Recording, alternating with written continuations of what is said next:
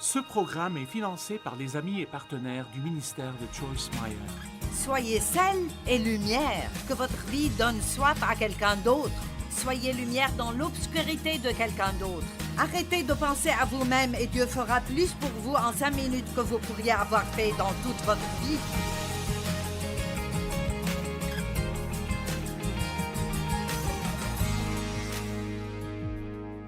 J'ai tellement hâte de vous dire ce que je vais partager avec vous ce soir.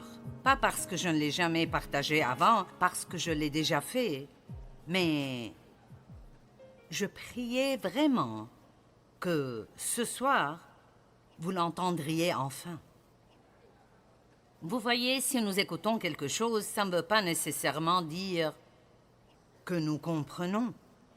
C'est pour cela que l'apôtre Paul a dit « Ça ne me gêne pas du tout de vous dire la même chose encore et encore. » Parce qu'en fait, nous avons besoin d'entendre la même chose encore et encore et encore. Et parfois, la 25e fois que vous l'entendez, quelque chose clique et vous dites « Oh !» Et c'est comme si c'était nouveau pour vous. Mais Dieu vous l'a déjà donné plusieurs fois. Je vais commencer avec Matthieu chapitre 24, verset 4. Et il se rapporte au signe de la fin des temps. Et je pense que nous tous, nous savons probablement que nous sommes dans ces temps. Maintenant, je sais que chaque génération pense l'être, mais une chose est pour sûr, nous sommes plus proches que n'importe quelle génération avant nous. Et tout le monde est intéressé par ce que seront les signes de la fin des temps.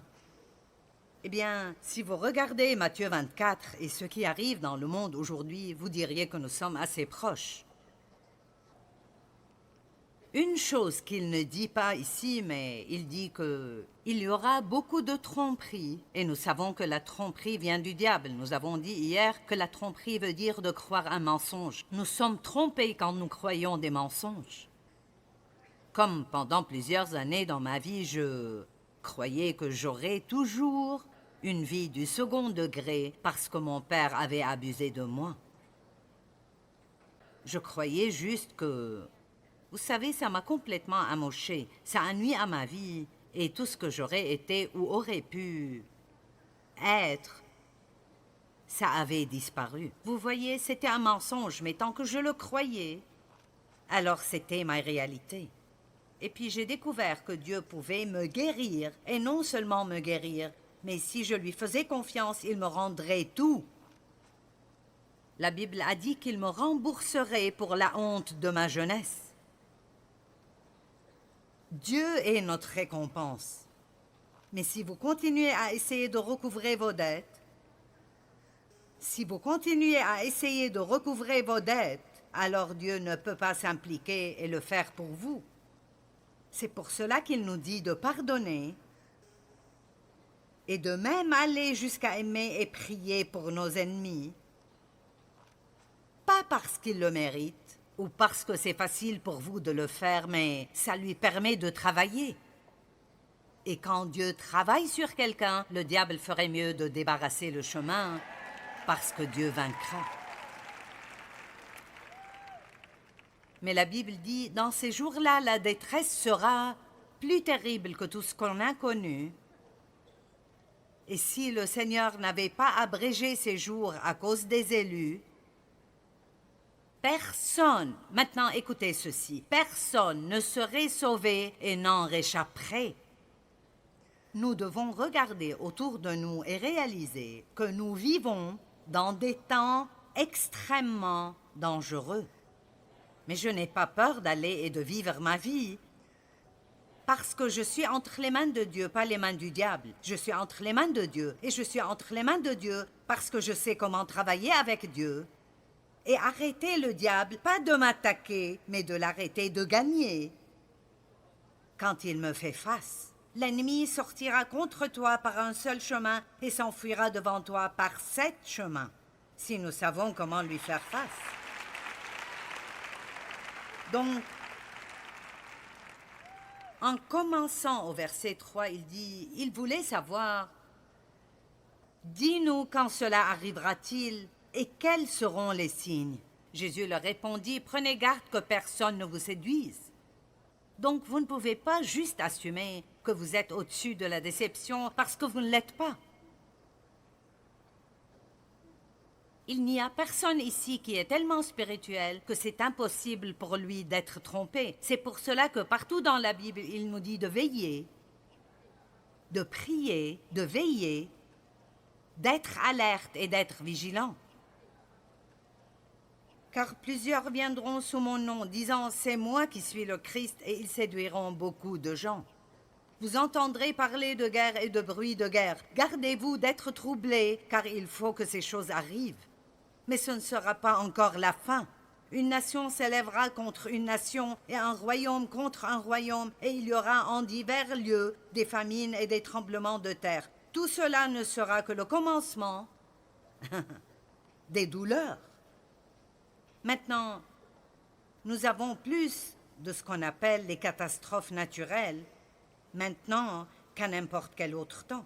Je pense, sauf qu'ils n'avaient pas de façon de rapporter cela il y a très longtemps et elles étaient toujours là. Mais notre ministère a été impliqué dans l'aide aux gens dans 168 désastres nationaux juste ces dernières années.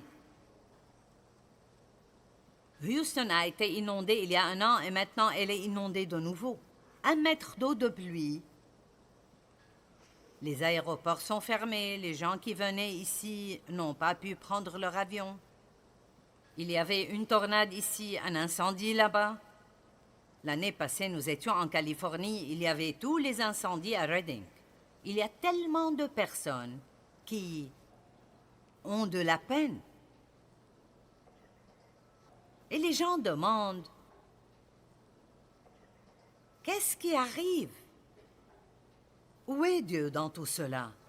Et vous savez, il y a un verset qui dit, plus le péché augmente, écoutez ça, la création tout entière gémit et attend la rédemption des fils de Dieu.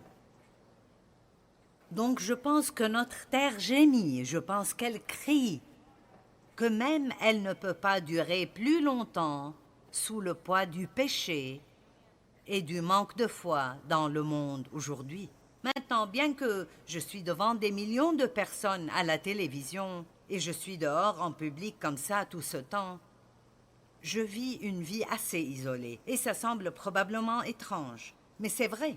Et quand je parle à des personnes dans le ministère qui sont toujours impliquées dans beaucoup plus de choses que moi, j'ai toujours ressenti en quelque sorte que je dois juste m'occuper de mes affaires et faire ce que je pense que Dieu veut que je fasse, rester sur le chemin sur lequel il m'a dit de marcher, et ça marche assez bien comme ça.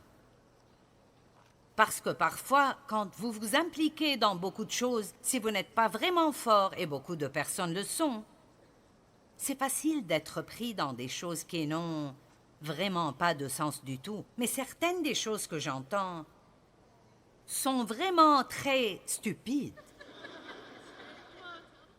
Je veux dire honnêtement, c'est stupide. Quelqu'un m'a montré quelque chose en ligne aujourd'hui à propos de personnes qui étaient de bons chrétiens qui confessent maintenant leurs péchés à des plantes. Et je dis, ouh! Maintenant, je sais que cela me donnera des problèmes, mais quelqu'un doit vous le dire franchement. Dieu a fait la plante et la plante ne peut pas pardonner vos péchés. Et pour moi, ces choses sont ridicules. Je dis, comment quiconque pourrait-il croire ceci? C'est pour cela que nous devons continuer à prêcher la vérité et ne pas la maquiller, ne pas essayer de dorer la pilule pour que tout le monde puisse l'avaler.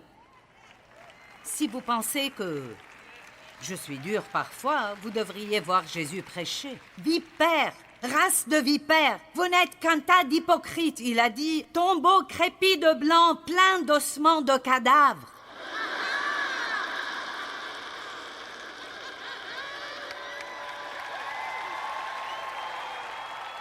Je suis un peu protectrice envers la réputation de Dieu. Parfois. Chris Kane et moi faisions du shopping une fois. Et nous sommes entrés dans ce magasin. La vendeuse a dit « Oh, qu'est-ce qui vous amène ?» Eh bien, nous avons une conférence chrétienne. Et elle a dit « Oh oui, je suis spirituelle aussi. » Et tout de suite, cela active mes antennes. « Oh, tu es spirituelle ?» Elle n'a pas dit qu'elle était une chrétienne, mais spirituelle. Et donc, nous avons continué à parler et à un moment, elle a dit un juron et ensuite elle a dit « Oh, je suis désolée, mais je pense que Dieu jure aussi. » D'accord, maintenant, je prends la défensive, je vais protéger la réputation de Dieu. Je me suis penchée au-dessus de la caisse et j'ai dit « Dieu ne jure pas. » Et Christine s'est penchée devant moi et elle a dit « Mais il aime les personnes qui le font. »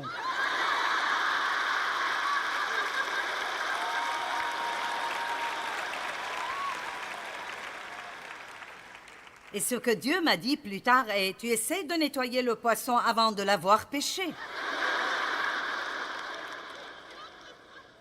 Elle a le cœur d'une évangéliste et elle voulait que cette fille soit sauvée. Et je suis une enseignante et j'aime la maturité spirituelle et je voulais la corriger.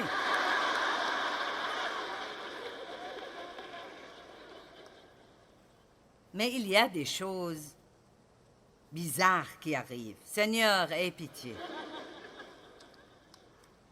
Alors on vous livrera au tourment, on vous persécutera et l'on vous fera mourir. Et les chrétiens sont maintenant le groupe le plus persécuté dans le monde. Et ça commence à arriver ici aussi. En Amérique, cet endroit a été fondé pour que les gens puissent avoir la liberté religieuse. Et maintenant, toutes sortes de religions ont la liberté sauf les chrétiens. Et nous ferions mieux de prendre position et de combattre pour nos droits d'une bonne manière, non violemment, ou nous les perdrons. Alors on vous livrera au tourment et l'on vous fera mourir et vous serez haïs de toutes les nations à cause de mon nom. Alors aussi plusieurs succomberont et ils se trahiront et se haïront les uns les autres.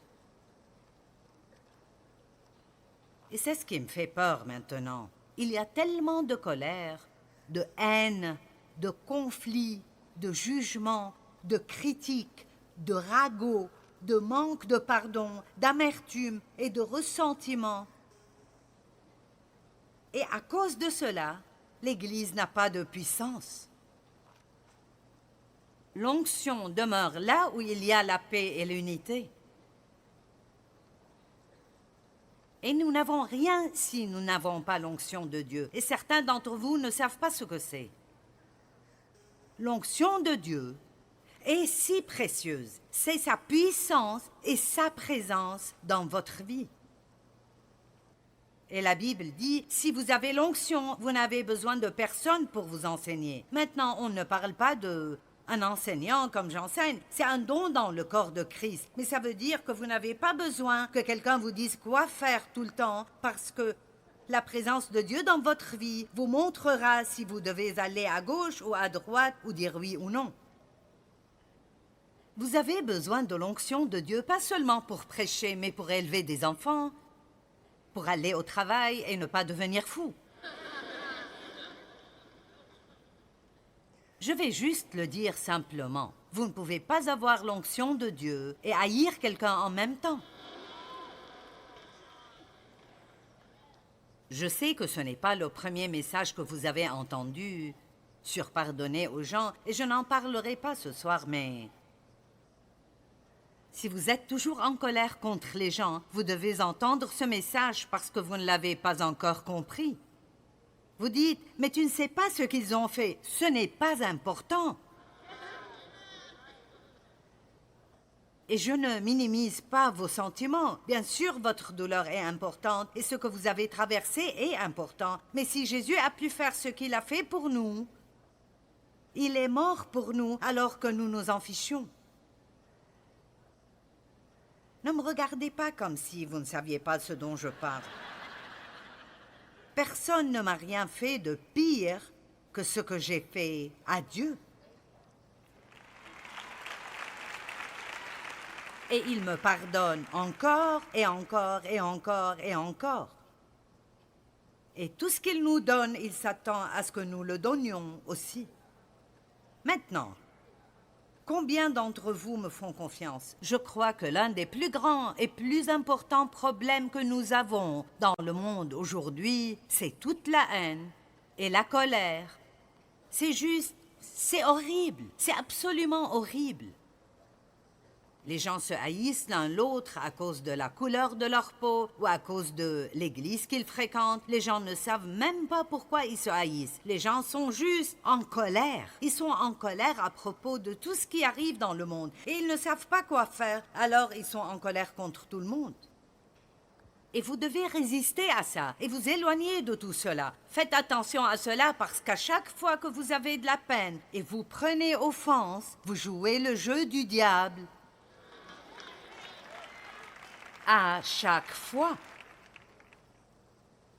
Dans 2 Corinthiens, chapitre 2, les versets 10 et 11, Paul dit « Nous pardonnons pour ne pas laisser à Satan l'avantage sur nous. » Vous ne pardonnez pas parce que c'est facile, vous pardonnez parce que vous ne voulez pas que le diable ait une porte ouverte dans votre vie. J'ai prié avant de venir ici. Seigneur, s'il te plaît, que les gens écoutent ce que je dis ce soir. Je veux que vous écoutiez et que vous le compreniez assez pour rentrer chez vous et faire des changements. Je veux que personne ne parte de cette conférence en colère contre quiconque. Eh bien, avez-vous même une goutte de foi pour cela? Je ne sais pas. Je veux dire...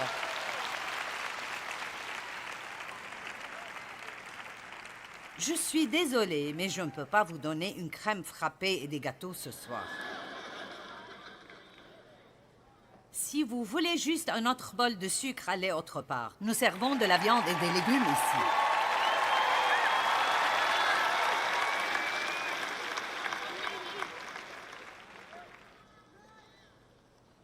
Allez, maintenant j'arrive à la partie que j'aime. Plusieurs succomberont et ils se trahiront et se haïront les uns les autres. Plusieurs faux prophètes s'élèveront et ils séduiront beaucoup de gens. Maintenant, verset 12. Et parce que l'iniquité se sera accrue, la charité du plus grand nombre se refroidira. C'est l'un des signes de la fin des temps. C'est que l'amour du plus grand nombre se refroidira, car même eux seront pris dans la méchanceté qui arrive dans le monde et tous les problèmes dans le monde, et donc nous sommes tous en colère même contre Dieu, et nous ne comprenons pas, et blablabla, bla bla, et ce que nous sommes supposés faire. Et de réaliser que c'est le diable, c'est le diable, c'est le diable. Est-ce que quelqu'un peut dire c'est le diable?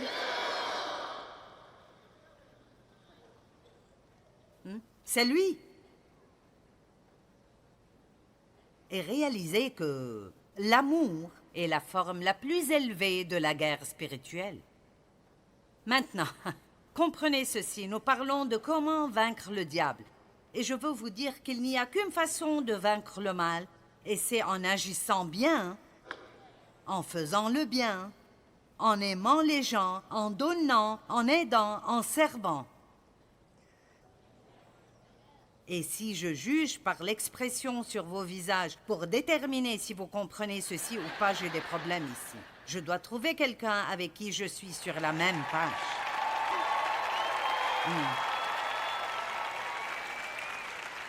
Vous savez, j'aimerais sauter de cette plateforme et dire « Nous devons changer. Et nous devons nous sortir de nos pensées et cesser d'être le centre de notre univers. » Que dit la Bible? Si vous voulez être mes disciples et me suivre, vous devez vous oublier, renoncer à vous-même et à vos propres intérêts, portez votre croix et me suivre. Et vous dites, qu'adviendra-t-il de moi? Je vais vous le dire. Si vous renoncez à vous-même et vous servez Dieu en servant les gens, Dieu viendra par la porte arrière et il prendra soin de vous et ce sera plus que tout ce que vous avez jamais fait pour vous-même. Allez-y, je vous défie de mettre Dieu à l'épreuve.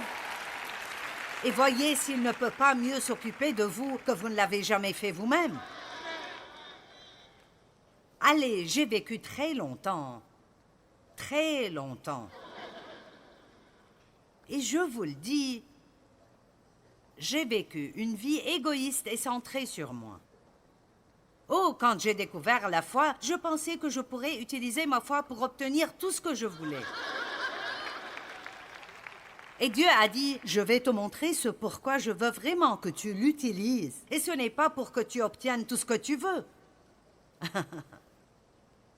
Allez. La joie ne vient pas d'obtenir tout ce que vous voulez. La joie vient du don, du service et des actions pour d'autres personnes. J'étais misérable et si mon ministère grandit, je serai heureuse. Et le ministère a grandi et j'étais misérable. Et j'ai finalement dit à Dieu, je fais ce truc de l'Église depuis 20 ans. Pourquoi suis-je toujours misérable? Et mon Dieu, il a répondu, il a dit, parce que tu es égoïste.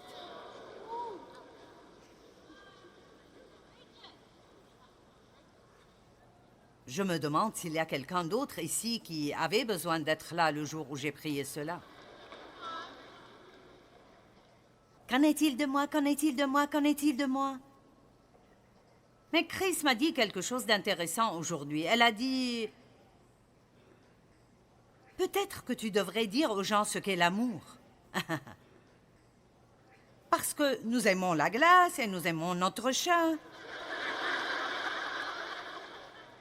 Et nous aimons les films et nous aimons notre maison et nous aimons Dieu, nous aimons les gens. Vous n'aimez pas la glace. Vous appréciez peut-être son goût, mais ce n'est pas de l'amour. Et je pense que nous devons comprendre ce qu'est vraiment l'amour. L'amour est quelque chose que vous voyez et ressentez, et il peut vous toucher, et il peut toucher d'autres personnes, et il peut changer des vies. Il peut vous changer et changer les personnes que vous aimez.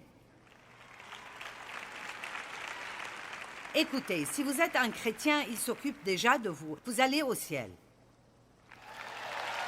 Donc, laissez-moi vous dire, à toute fin utile, vous êtes une affaire conclue.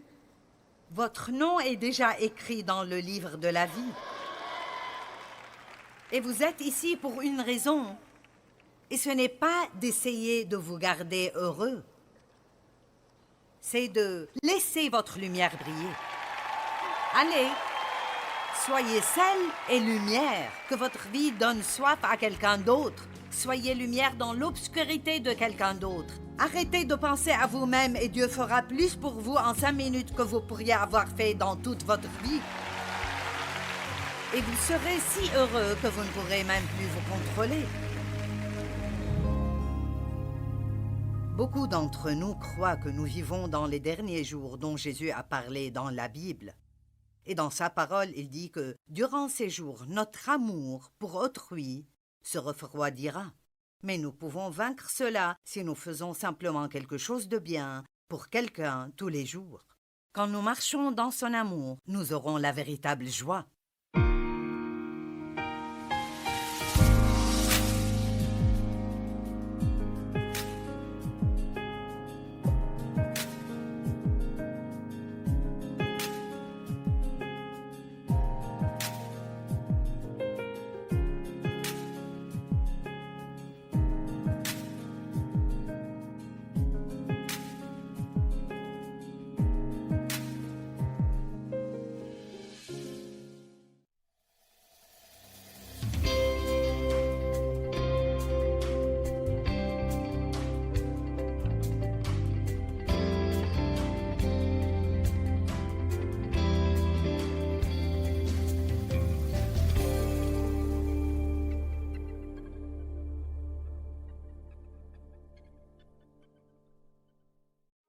Ce programme est financé par les amis et partenaires du ministère de Joyce Meyer. Quoi que soit ce que vous traversez maintenant, ne restez pas coincé là. Pleurez comme il faut, puis dites à Dieu ce que vous ressentez. Passez par toutes les phases possibles, mais espérez pour votre avenir.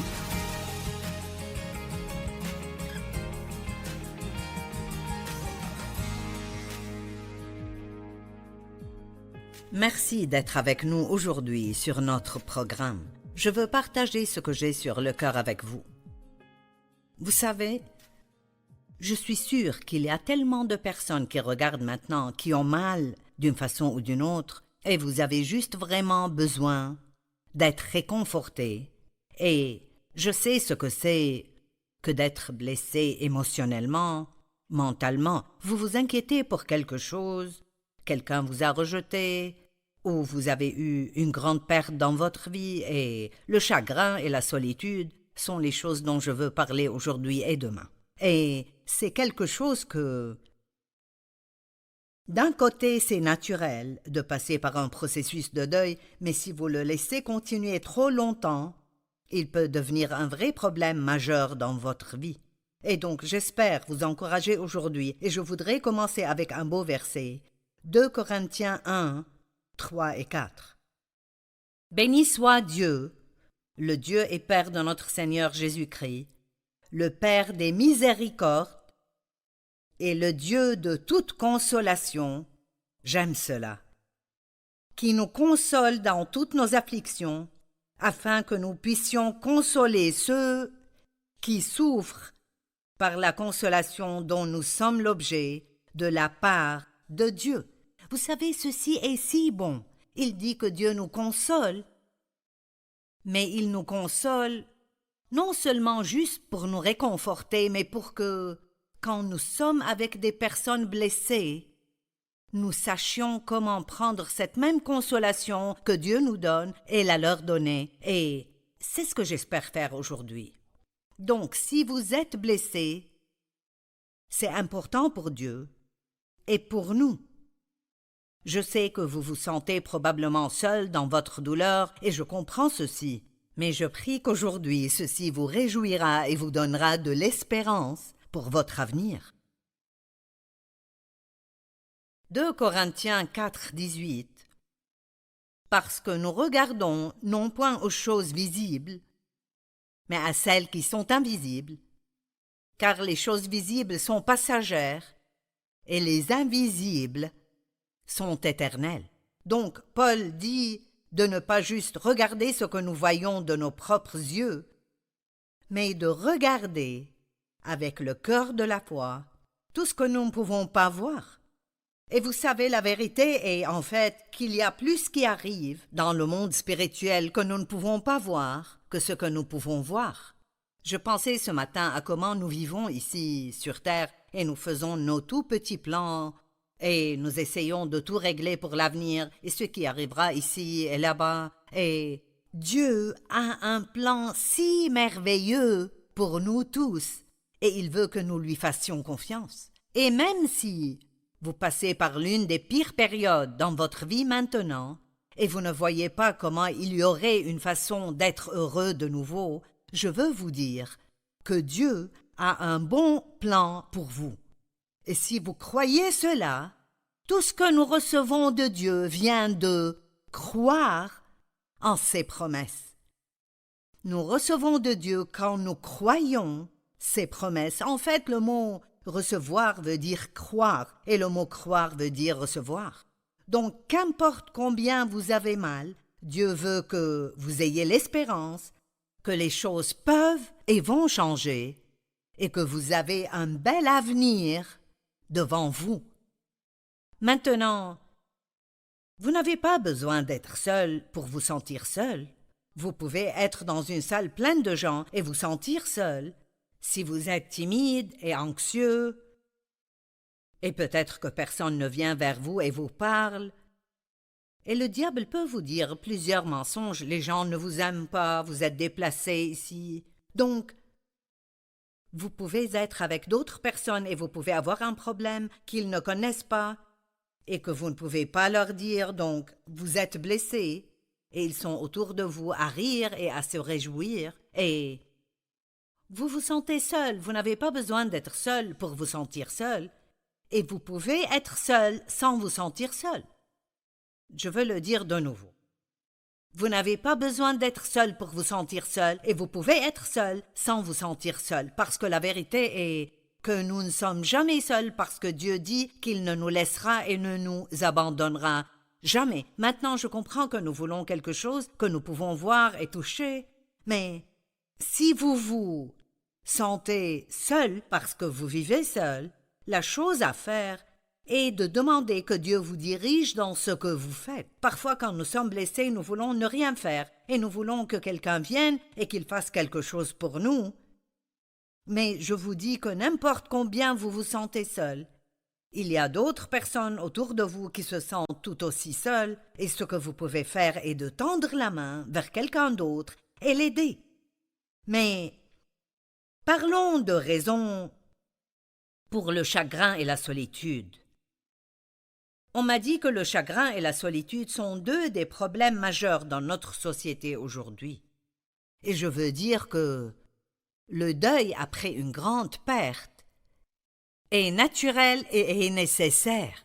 Si vous ne vous laissez jamais faire cela, vous pouvez avoir beaucoup de douleurs coincées à l'intérieur de vous qui fait mal. Mais le deuil, d'une façon bonne et saine, est différent de laisser un esprit de deuil submerger votre vie jusqu'au point où vous vivez dans cet état de deuil tout le temps. Et ceci est très intéressant sous la loi de l'Ancien Testament. Ils avaient un certain nombre de jours pour pleurer après une perte et ensuite ils devaient continuer leur vie. Même Dieu a dit au prophète Samuel, qui avait oint Saül comme roi, quand Saül a fait des fautes et Dieu a regretté de l'avoir choisi comme roi, et il a dû lui retirer cette position. Samuel avait investi tellement dans la vie de Saül et il était si déçu et il pleurait et était en deuil pour Saül. Et dans 1 Samuel 16, Dieu a dit à Samuel: « Quand cesseras-tu de pleurer sur Saül? Car j'ai oint un nouveau roi pour qu'il prenne sa place. » Et donc, Dieu lui disait clairement: « C'est le moment maintenant pour que tu lâches cela et allons de l'avant avec le plan que j'ai maintenant. » Et l'autre exemple ou situation se trouve dans Deutéronome quand Moïse est mort et les gens avaient 30 jours pour pleurer sur lui. Et à la fin de ces 30 jours, Dieu a dit à Josué: « Moïse est mort, c'est le moment de continuer. » Je ne suggère pas que si vous avez perdu un proche que vous n'avez que 30 jours pour dépasser cela, mais je pense que c'est intéressant que Dieu ait mis une limite à leur temps de pleurs, et je pense que c'est un message pour nous que vous ne pouvez pas juste laisser cela continuer encore et encore et encore. Quelqu'un me parlait ce matin à propos de son père qui est mort, et son père et sa mère avaient été mariés 65 ans, et c'est un long temps ensemble. Et il me disait combien c'était difficile pour sa mère, et ça faisait 4 mois que le père était mort. Et il a dit: « On dit que ça prend près d'1 an. » Eh bien, je comprends cela, et il y aura toujours des temps ou des choses qui vous rappellent de quelqu'un que vous avez perdu, ou quelqu'un dit quelque chose et vous pouvez ressentir une autre vague de cette solitude et de ce chagrin. Mais la vérité est que si vous êtes vivant et vous respirez, alors Dieu a un plan pour votre vie, et Dieu a un but pour votre vie, et vous ne voulez pas manquer cela en restant coincé dans ce qui était et ne sera plus jamais. Amen? D'accord. Les gens peuvent se sentir seuls parce qu'ils sont extrêmement timides, ils sont très farouches et ne vont jamais vers personne. Ils s'isolent et espèrent que d'autres personnes viendront vers eux. Des gens peuvent se sentir seuls ou ils peuvent pleurer parce qu'ils ont été rejetés dans leur vie. On a abusé d'eux. Ils ont eu une enfance douloureuse et dysfonctionnelle, et c'est beaucoup d'entre vous. Et à cause de ce qui m'était arrivé, je n'ai jamais senti que j'avais ma place. J'avais ce grand secret caché à l'intérieur de moi que je ne pouvais raconter à personne, et donc je sentais que personne ne me comprenait. Je me demande combien de personnes regardent maintenant et sentent que personne ne vous comprend vraiment. Eh bien, Dieu vous comprend. Et la Bible dit que nous avons un grand prêtre. Ceci est dans Hébreux 4, 15 et 16. Nous avons un grand prêtre, Jésus, qui comprend nos faiblesses, nos incapacités, nos tempéraments. Il nous comprend parce qu'il avait un corps tout comme le nôtre et est passé par tout ce que nous traversons. Donc, cela me réconforte toujours que Jésus me comprend. Il me comprend vraiment. Et il est avec nous tout le temps et il nous aime. Une personne pourrait être solitaire ou pleurer à cause d'un divorce parce que quelqu'un de proche est mort. Ceux qui sont plus âgés peuvent parfois se sentir seuls. Ils sentent que leur vie est terminée, qu'il n'y a plus rien pour eux. Mais ici, de nouveau, tant que vous respirez et vous êtes en vie, Dieu a un but et un plan pour vous. Et l'une des meilleures choses pour nous est de regarder au-delà de nous-mêmes vers ce que nous pouvons faire pour d'autres personnes. Et je dis ceci tout le temps, dans beaucoup de mes sermons. Et peut-être que vous pensez, cela ne peut pas être la réponse pour tout, mais c'est probablement la réponse à la plupart des choses. C'est de ne pas trop penser à nous-mêmes, mais de penser à d'autres personnes qui sont dans une situation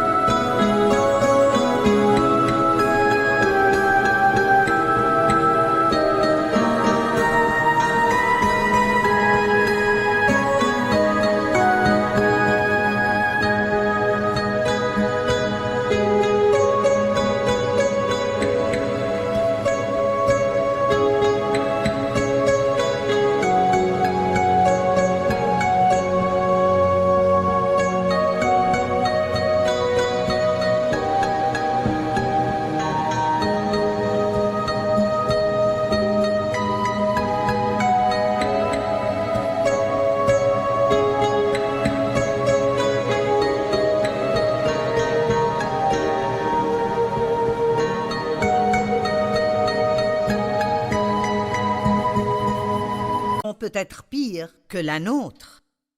Tout changement d'étape dans la vie peut vous faire vous sentir seul. C'est la retraite. Qu'allez-vous faire maintenant? Les enfants prennent leur diplôme et quittent la maison et vont à l'université.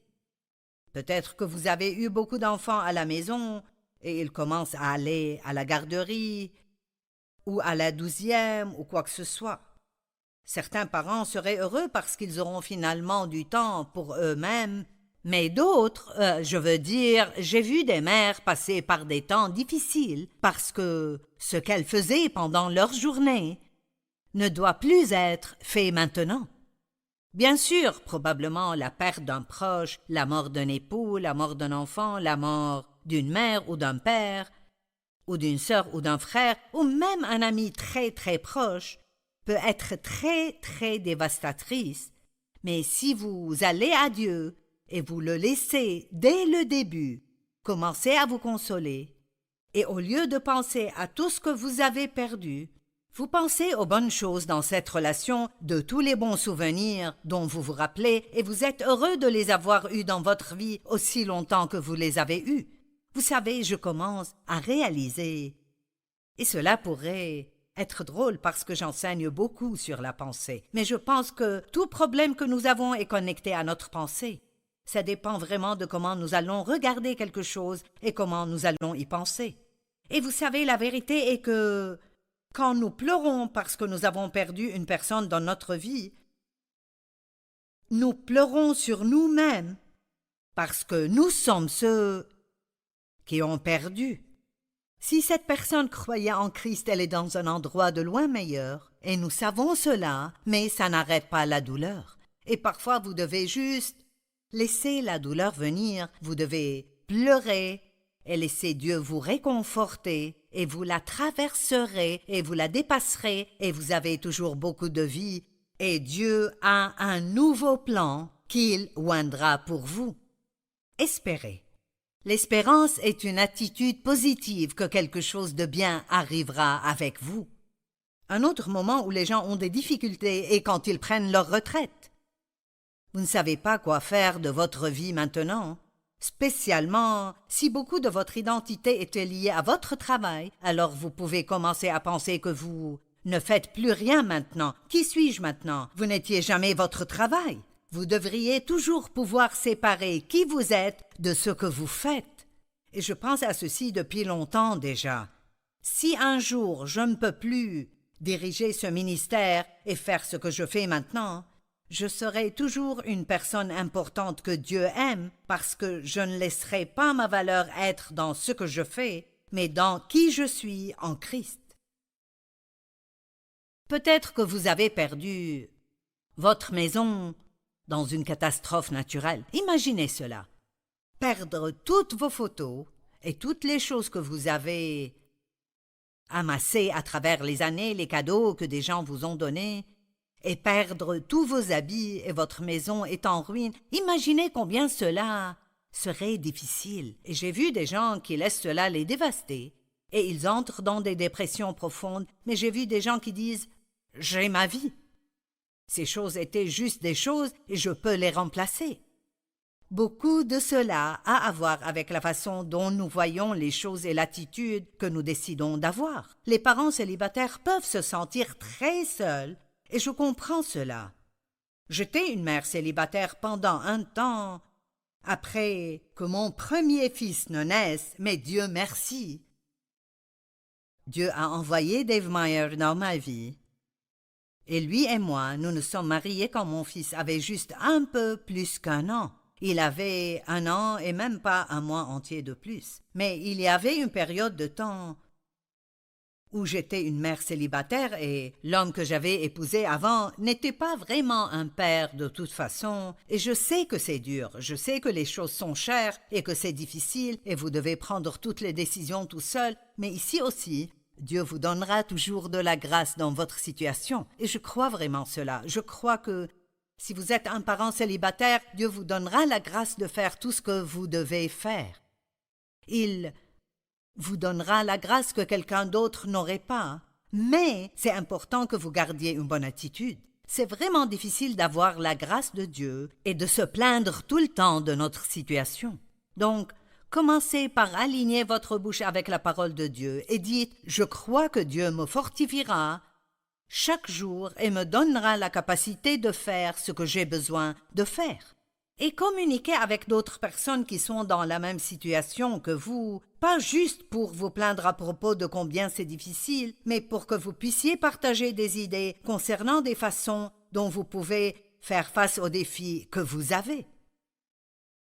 Et alors aussi, je crois que la maladie et la douleur dans votre corps peuvent être un très grand défi et vous pouvez vous sentir vraiment très seul quand vous êtes dans une salle pleine de gens et votre dos vous fait mal et vous n'arrivez plus à le supporter et tout le reste du monde rit et passe du bon temps et vous pensez « Est-ce que quelqu'un sait ce que je ressens ?» Eh bien oui, Jésus sait. Il sait ce que vous ressentez. Il vous comprend. Il sait ce que vous ressentez et il a un bon plan pour votre vie. Le mot solitude, la définition centrale de ce mot est d'être abandonné. Je sais ce que c'est que d'être abandonné. Vous me regardez maintenant et j'ai une belle vie. Je suis à la télé à partager l'Évangile avec des gens partout dans le monde. J'ai écrit des tas de livres et Dieu est juste si bon envers moi, mais il y a eu un temps dans ma vie où en fait pratiquement j'étais sans abri. Je n'ai jamais dû dormir dans la rue, mais quand je suis sortie de l'hôpital avec mon premier bébé, eh bien mon mari, l'homme que j'ai épousé en premier, c'était plutôt le gamin que j'ai épousé en premier, J'avais 18 ans et il avait 19 ans, et aucun de nous deux ne pensait clairement. Et quand j'étais enceinte, il m'a abandonnée et est allé avec une autre femme et vivait juste à côté de là où nous vivions. Et donc, quand je suis sortie de l'hôpital avec le bébé, je ne savais où aller. Il est venu et m'a prise, mais il a fini par appeler une proche, une femme qui avait épousé l'un de ses frères. Ils étaient divorcés, mais elle était une chrétienne et il sentait que peut-être elle nous aiderait parce qu'elle était une bonne femme. Et elle l'a fait. Elle nous a laissé vivre chez elle. Mais j'ai été abandonnée. Quand je l'ai épousée, nous sommes allés en Californie et Albuquerque, Nouvelle-Mexique d'abord, et une nuit, il n'est juste pas rentré, et il m'a abandonnée là, et il a fait la même chose de nouveau en Californie. Donc je connais la solitude et la douleur d'être abandonné. Mais vous savez quoi? Regardez-moi maintenant. Et c'est cela que je veux que vous compreniez aujourd'hui. Quoi que soit ce que vous traversez maintenant, ne restez pas coincé là. Pleurez comme il faut, puis dites à Dieu ce que vous ressentez. Passez par toutes les phases possibles, mais espérez pour votre avenir. La Bible dit que alors que tout portait au contraire, Abraham a eu confiance, plein d'espérance qu'il verrait les promesses de Dieu s'accomplir dans sa vie. Vous savez, il y a tellement de merveilleux exemples bibliques. Jésus a été abandonné sur la croix. Et il a dit, « Mon Dieu, pourquoi m'as-tu abandonné ?» Imaginez cela. Imaginez cela. Dans le jardin de Gethsémani, il a demandé à ses disciples, « Ne pouvez-vous pas prier avec moi 1 heure ?» Imaginez ce à quoi il faisait face, sachant ce à quoi il ferait face, ce qu'il traversait, et ses 12 meilleurs amis dans lesquels il a investi de sa vie. Il ne pouvait même pas rester réveillé 1 heure pour prier avec lui et l'encourager. Ce n'est pas étonnant que la Bible dise que Jésus nous comprend, parce qu'il a été tenté de toutes les manières, tout comme nous le sommes, et pourtant il n'a jamais péché. Paul a été abandonné. Écoutez ceci, 2 Timothée 4, 14 à 17. Alexandre l'orfèvre a fait preuve de beaucoup de méchanceté à mon égard. Le Seigneur lui donnera ce que lui auront valu ses actes. Garde-toi de lui, car il s'est opposé avec acharnement à notre prédication. La première fois que j'ai eu à présenter ma défense au tribunal, personne n'est venu. Personne n'est venu pour m'assister. Tout le monde m'a abandonné. Que Dieu ne les punisse pas. J'aime cela. Il dit, regardez, personne ne m'a aidé, tout le monde m'a abandonné. Toutes ces personnes dans lesquelles Paul a investi de sa vie, quand il avait besoin d'eux, ils n'étaient pas là pour lui, mais sa première réaction était que Dieu ne les punisse pas. Écoutez, si vous pouvez prier des bénédictions sur les personnes qui vous ont blessé, vous êtes en chemin vers une grande percée. Mais écoutez, c'est le Seigneur qui m'a assisté. J'aime ceci. Vous ne sentez peut-être pas la présence de Dieu. Vous ne pouvez pas le voir de vos yeux physiques, mais Dieu est avec vous. Je veux que vous compreniez cela. Dieu est avec vous et il a un plan pour vous. Et toute chose doit arriver à sa fin, mais les fins engendrent toujours de nouveaux commencements. Pouvez-vous garder cela dans votre cœur? Les fins font toujours de la place pour de nouveaux commencements. Il n'y a rien que je puisse vous dire aujourd'hui qui soulagera la douleur que vous ressentez. Mais si vous allez de l'avant et ressentez la douleur d'une façon saine et vous laissez Dieu vous aider, vous pouvez sortir de cela comme quelqu'un qui est prêt à servir d'autres personnes.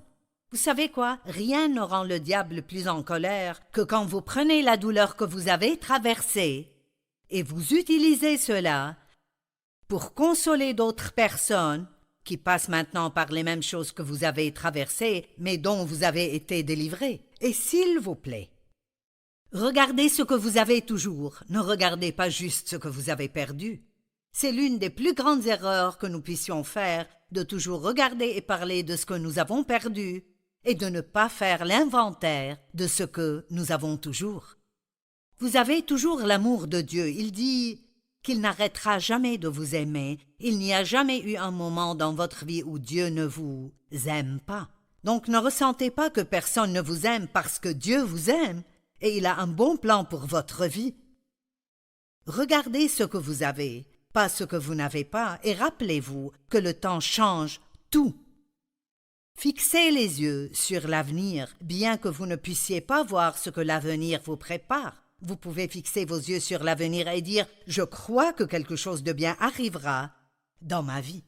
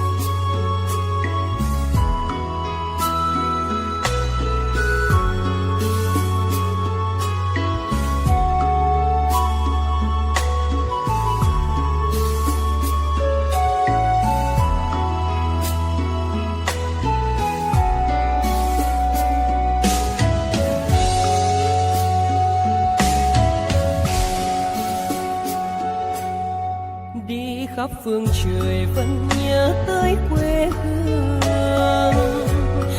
Người về đây thăm làng trù quê mẹ và làng sen quê cha, xúc động bồi hồi người rơi giọt lệ, thương mái nhà tranh thương đất mẹ nghèo.